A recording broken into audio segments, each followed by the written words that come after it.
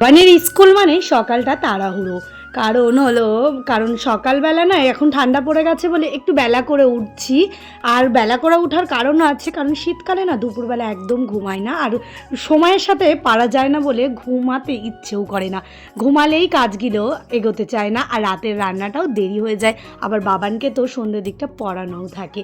আজ শনিবার ছিল, কিন্তু বাবানের স্কুল ছিল, যেহেতু বাবানের স্কুলের সামনেই প্রোগ্রাম আছে তার জন্য রিহার্সেল চলছে। তো আজকে নিয়ে 4টে দিন কমপ্লিট হয়ে গেলে এবার ওদের 21 তারিখে হয়তো প্রোগ্রামটা হবে, এখনও ডেটটা ভালোভাবে দেয়নি। আর আমার যে বাড়ির নিচে মানে নিচের যে গার্ডেনগুলো, ওখানে না খুব সুন্দর সুন্দর ফল ধরেছে, ফুল ধরেছে, সেই গাছগুলো একটু পরিচর্যা করছিলাম আজ। এতদিন করা হয়নি, কারণ ছাদ বাগান নিয়ে আমি ব্যস্ত থাকি, নিচের গাছে কখন যত্ন করব।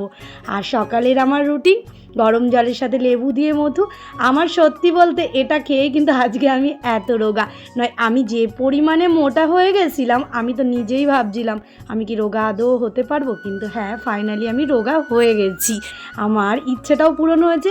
আমি রোগা হওয়ার জন্য আমার আগের যে চুড়িদারগুলো সেগুলোও জানো সেলাই খুলে আমি ঢিলা করিনি, জানি আমি রোগা হব, আমার একটাই লক্ষ্য ছিল, কিন্তু খুব তাড়াতাড়ি আমি রোগা হতে পেরেছি।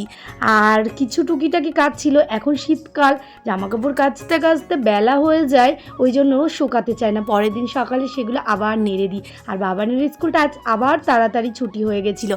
বাবানকে পেয়ে তোর ভাই ভীষণ খুশি, মানে দাদাকে পেলেও আর কিছু লাগে না, জানে এবার আমার খেলার সাথী চলে এসছে, যত দুষ্টুমি করা যত বালিঘাটার ঘেটে নেব।